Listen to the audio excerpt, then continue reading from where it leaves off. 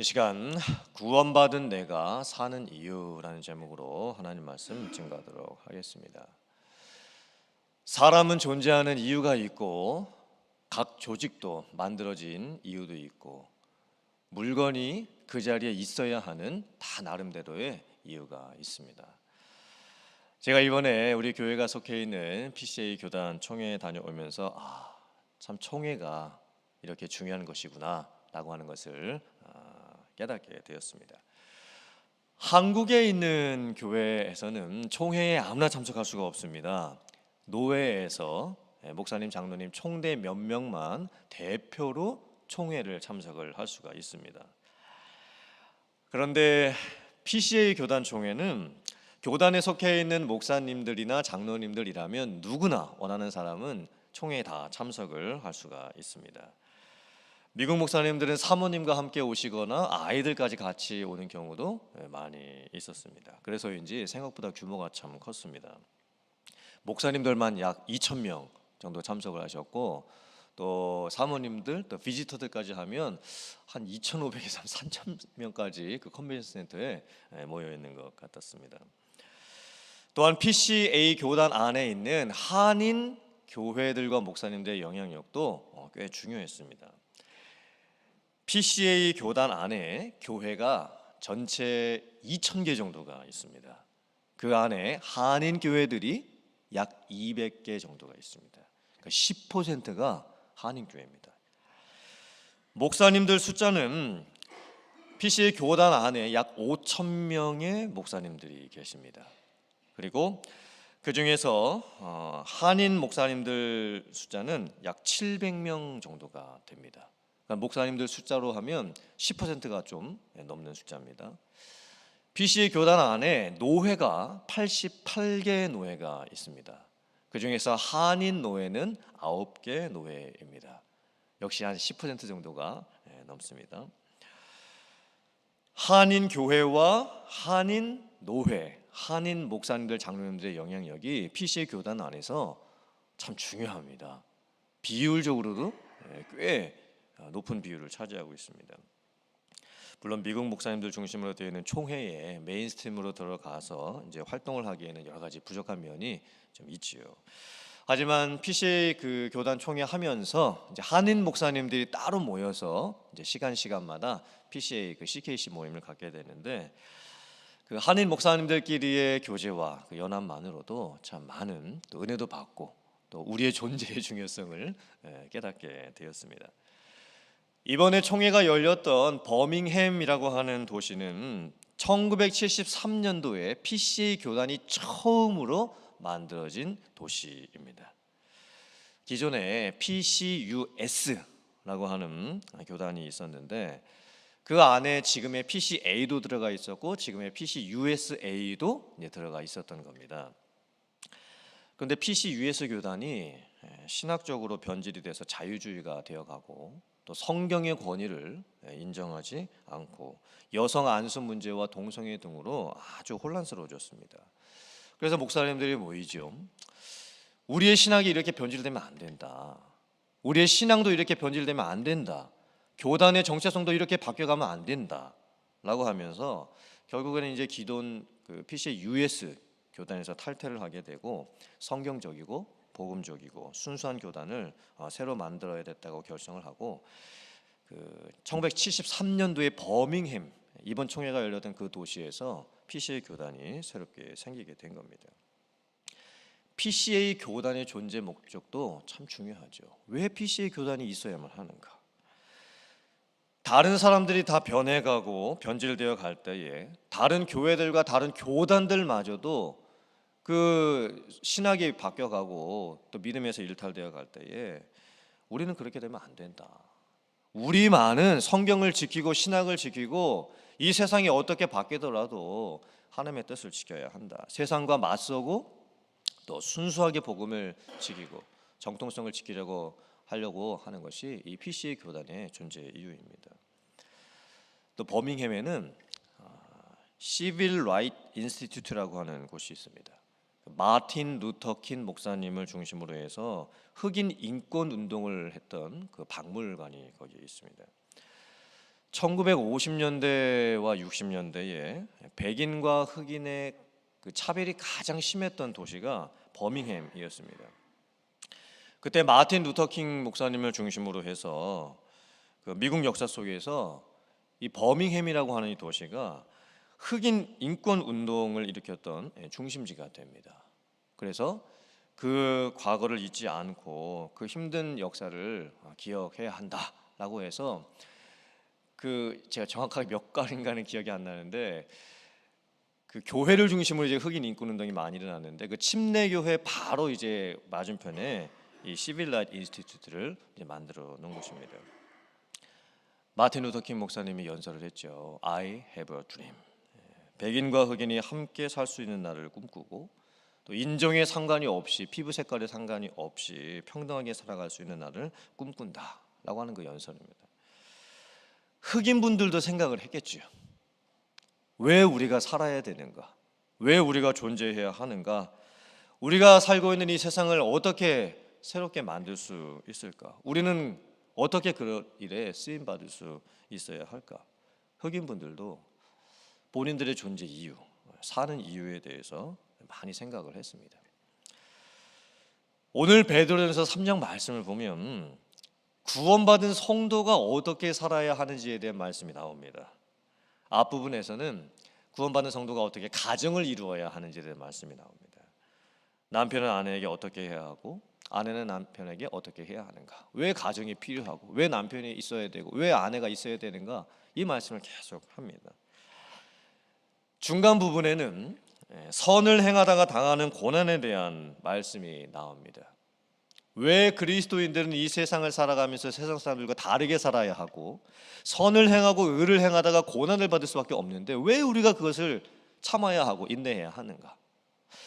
어떻게 구원받은 성도는 세상 사람들과 다르게 이 세상에 존재해야 하는가? 그 말씀이 계속 나옵니다. 그 이제 마지막 부분에는 예수님의 죽음, 지옥 강화, 부활에 관련된 권세에 대한 말씀이 나옵니다. 그리고 성도가 받는 세례의 의미가 무엇인지에 대해서 말씀을 하고 있습니다. 특별히 오늘 본문 말씀 베드로전서 3장의 중간 부분에 나오는 말씀은 선을 위한 고난에 대한 말씀입니다. 이 말씀이 사실 그 베드로전서 4장에도 계속 이어져 나옵니다. 베드로전서 4장 15절부터 16절 말씀입니다. 너희 중에 누구든지 살인이나 도둑질이나 악행이나 남의 일을 간섭하는 자로 고난을 받지 말려니와 만일 그리스도인으로 고난을 받으면 부끄러워하지 말고 도리어 그 이름으로 하나님께 영광을 돌리라. 구원받은 성도는 이 세상을 살아갈 때에 세상에서 선과 의를 행하면서 살아갈 수 있어야 합니다. 세상 사람들은 죄를 짓고 악에 대한 징계로 고난을 당하게 됩니다. 그것은 마땅히 받아야 될 징계이죠. 그리고 내가 죄를 짓고 잘못을 해서 내가 당하는 어려움에 대해서는 우리가 그것에 대해서 감사할 수도 없습니다. 당연히 받아야 되는 어려움입니다. 하지만 구원받은 성도의 존재 목적은 좀 다릅니다. 죄로 가득한 세상에서 선을 행하면서 살아야 되는데 하지만 선을 행하다 보면 세상의 법과 부딪히기 때문에 우리에게 여러 가지 고난이 찾아옵니다. 그때 선을 행하다가 당하는 고난에 대해서는 우리가 해석을 다르게 할 수 있어야 됩니다. 오히려 내가 예수님을 믿는 믿음으로 이 세상에서 선과 또 의를 행하면서 살아갈 때 주님 때문에 당하는 고난이나 아니면 내가 교회를 섬기면서 당하는 고난이나 아니면 복음과 선교를 위해서 당하는 고난이 나에게 있을 때 우리는 내가 복받은 자라고 생각해야 됩니다. 아, 이것이 나에게 복이구나 라고 생각을 하고 감사할 수 있어야 하는 겁니다. 세상 사람들이 살아가는 방식과 성도가 살아가는 방식이 완전히 다르죠. 세상 사람들이 자기가 존재하는 이유를 찾는 것과 우리가 성도로서 존재해야 하는 이유를 찾는 것이 완전히 다릅니다. 세상 분들은 나의 만족과 유익을 위해서 살고 또 먹고 마시고 누리는 쾌락과 즐거움이 사는 이유입니다. 또한 누가 나에게 조금이라도 손해를 보게 하거나 부당한 일을 겪게 하면 보복을 합니다. 당한 만큼 갚아주려고 합니다. 또 힘든 일은 피하려고 하지요. 그리고 어떻게 하면은 쉬운 일을 내가 찾아서 할 수 있을까? 고생 안 하면서 살 수 있을까? 그것을 찾습니다. 하지만 구원받은 성도는 존재 목적과 사는 이유가 달라야 합니다. 세상에서 직장 다니고 비즈니스 하면서 해야 할 일들은 다 하면서 거기에 더하여서 교회를 위해서 또 섬기고 또 다른 사람들을 위해서 돌보는 그런 복음에 대한 이 사명을 감당할 수 있어야 됩니다. 그런데 그것이 힘들죠. 교회를 세워 나가고 다른 사람들 섬기는 일이 쉽지 않습니다. 하지만 하나님께서 기뻐하시는 그 목적을 위해서 내 육체의 힘겨움을 이겨내고 또 내 돈과 내 시간을 하나님이 기뻐하시는 일에 내어드리면서 헌신할 수 있어야 됩니다.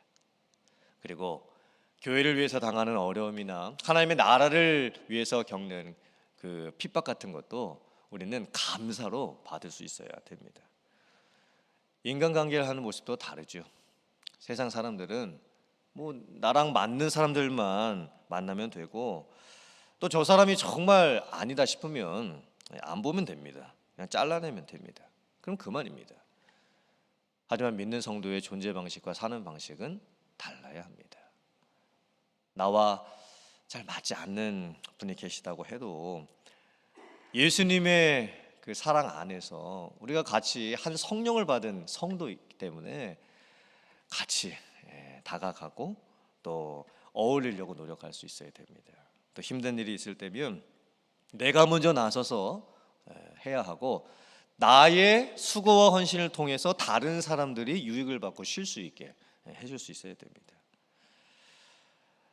마태복음 5장 10절부터 12절 말씀을 보면 의를 위하여 박해를 받는 자는 복이 있나니 천국이 그들의 것입니다.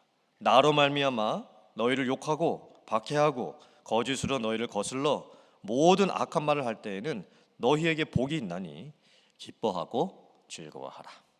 하늘에서 너희의 상이 큼이라. 너희 전에 있던 선지자들도 이같이 박해하였느니라. 예수님께서도 말씀하셨습니다. 산상수훈 말씀을 하시면서 예수님 때문에 당하는 고난이나 교회 때문에 당하는 고난이나 성도를 위해서 고난을 당할 때에 기뻐하라 말씀합니다. 오히려 즐거워하라 라고 말씀을 합니다. 하나님께서 그 모든 것을 보시고 알고 계신다. 그리고 마지막 심판의 때에 하나님의 뜻 안에서 합당한 상급으로 갚아주실 것이라고 약속을 해 주십니다. 구원받은 성도는 이 세상을 사는 동안에 선과 의를 위해서 핍박을 받을 수가 있습니다. 또 다른 사람을 섬기고 교회를 위해서 충성하는 일들로 인해서 내 육체에 또 힘겨움이 찾아올 때도 있고 마음이 힘들어질 때도 있습니다. 하지만 우리에게 주어지는 상급은 땅에서 주어지는 상급이 아닙니다. 우리에게는 하늘에서 주어지는 상급이 예비되어 있습니다. 그것을 바라보면서 우리가 구원받은 성도로 살아갈 수 있어야 됩니다. 오늘 말씀 15절을 보면 누군가 나에게 당신은 왜 예수님을 믿느냐? 왜 교회를 다니느냐? 왜 그렇게 당신도 힘들고 어려운데 다른 사람들을 돌보고 사느냐? 이렇게 누가 나에게 질문을 하면 소망 가운데서 대답할 것을 항상 준비하고 있으라고 말씀을 합니다. 내가 왜 사는지, 내가 왜 교회를 다니는지, 내가 왜 이 일을 맡아서 하고 있는지 누가 나에게 물으면 나는 이런 이유 때문에 내가 지금 그런 일들을 하고 있다라고 항상 대답할 것을 준비하라고 말씀을 하고 있습니다. 우리들 주변을 보면 우리들이 봐도 참 저분이 어렵고 힘들게 사시는데 항상 남을 돕고 섬기시는 분들을 보게 됩니다. 우리들이 봐도 저분이 몸이 저렇게 아프시고 또 건강하지가 않으신데 자기 몸도 성치 않으면서 어떻게 교회 일에 있어서 저렇게 앞장서서 섬기실 수 있을까? 그런 분들이 계십니다. 또 누가 시킨 것도 아닌데 본인이 자기 자리를 스스로 찾아가는 분들이 계십니다. 자기가 어디에 있어야 될지를 아시는 분들이 계시죠. 그리고 구석구석 자기가 있어야 될 그 자리 속에서 묵묵히 섬기시는 분들이 있습니다. 솔직히는 이제 그런 분들에게 우리가 가서 그렇게 힘든데 어떻게 그렇게 섬기시는 거예요? 이렇게 물어보면 물론 그분의 마음속에는 대답할 것들이 많이 있겠죠. 하지만 아마 그분이 별로 특별한 대답을 입으로는 아마 안 하실 거예요. 그냥 하는 겁니다. 그냥 은혜 받고 제가 그냥 하는 거예요. 아마 이렇게 대답을 하실 겁니다. 그런 분들이 교회 안에서 많아지게 될 때에 교회는 건강해져 가고 또 성장해 가고 부흥해 갈 수가 있습니다. 사랑하는 성도님들, 오늘 저희들이 이 말씀을 묵상을 하면서 여러분들께서 선을 행하고 의를 행하면서 살아가며 그 안에서 기뻐할 수 있는 여러분들 되시기를 주님의 이름으로 축원합니다. 그리고 누군가가 나에게 왜 예수님을 믿느냐, 왜 교회를 다니느냐, 왜 그런 헌신을 하느냐라고 물을 때에 내 안에 있는 소망에 대한 그 답을 준비를 하고 그리고 오직 주님을 위해서 살아갑니다.